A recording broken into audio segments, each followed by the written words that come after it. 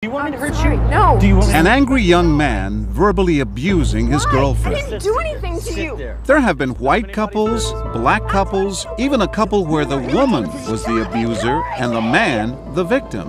And they're among the most compelling and memorable moments from our What Would You Do series. But we wonder, how will people react if he's black and she's white, and vice versa, if our fighting couple is biracial? Will race be an issue? It isn't long before the tranquility of this suburban park is shattered by a verbally abusive boyfriend. You're scaring me! scaring you? I need to get away from you. No, sit down. There are those who stop to take in the scene and then walk on. Others don't even bother to stop.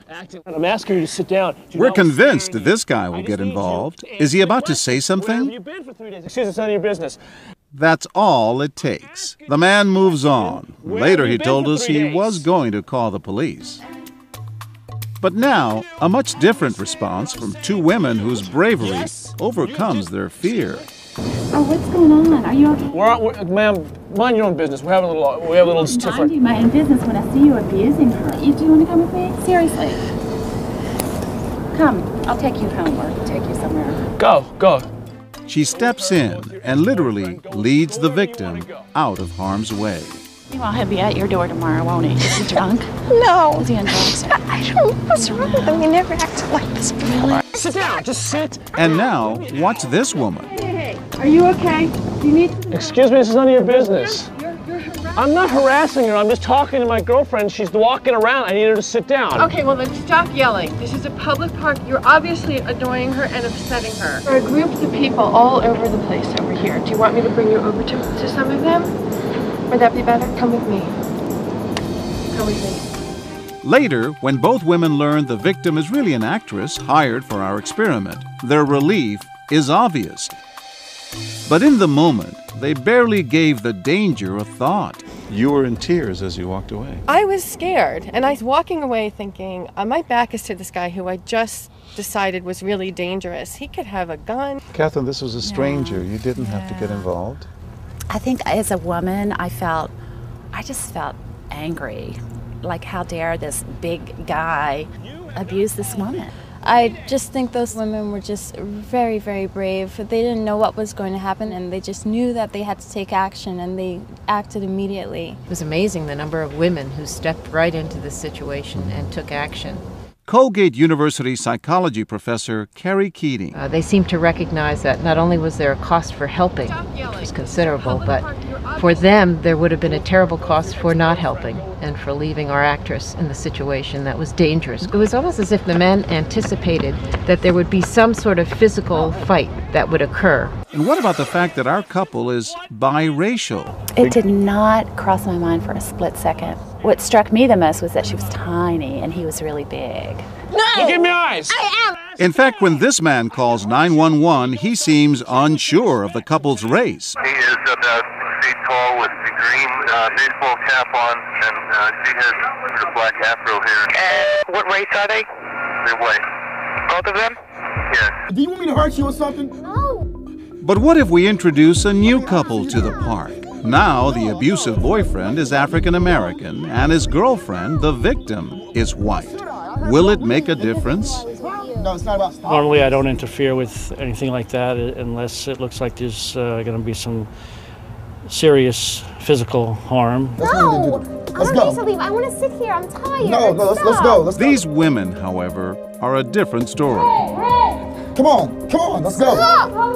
Stop! Don't worry about it. I got everything in control. Sorry about that. Let's go. Come on. But the situation is clearly out of control, and the women hold their ground. Are you deaf? Can you hear? Can you hear? Huh? Stop! Okay, I'll just carry you. No. How about that? Take your hands off her. Excuse me. You know, somebody went to call the police, so I wouldn't take her anywhere. Well, that's fine. They can call the police all they want. How am I making a scene? You creating a scene. That's when our producer walks up to tell him about our experiment.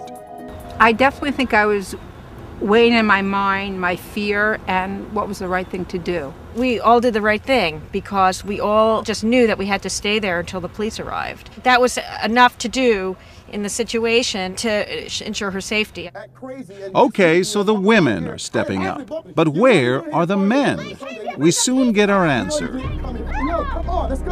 A young man issues a warning. Oh, man. Does having that big dog make him a little braver? Don't grab her like that, man. I'm serious. I know you're trying to be a good guy and everything, that's awesome, but you don't understand the situation right here. You don't touch her, man. I'm serious. Okay. I'm gonna come around here if you miss. Don't touch her, man. The moment he put his hands on her, I felt like, I should do something about it. At the same time, I felt nervous for her. Talk about nervous. As our next scene unfolds, we begin to wonder if we're about to get a lot more than we bargained for. Now the abuse has escalated, and the couple draws a crowd.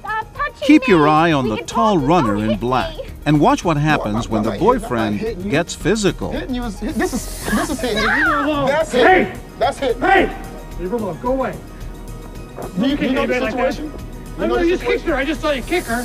Do you know the situation before that? There's no situation to kick a girl. Okay, it's time to diffuse things before anyone gets hurt. Excuse me.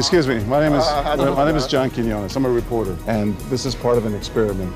It probably helped that David Young is 6'7", an avid runner. He wants to keep going. So we have to catch up with him later to find out why he intervened. A lot of people just go on by and did nothing.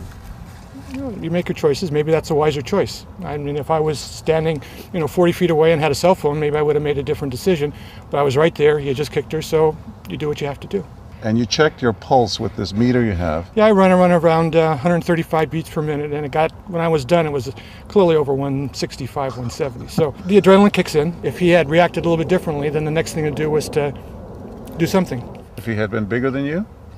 It would have taken more courage.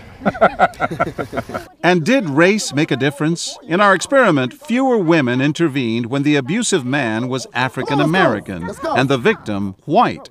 Professor Keating has a theory. It may have been that the women were more threatened by his very physical appearance, and African Americans are often considered to be stereotypically more aggressive than Caucasians. So that might have been the reason they didn't step in? They may have been more hesitant for that reason.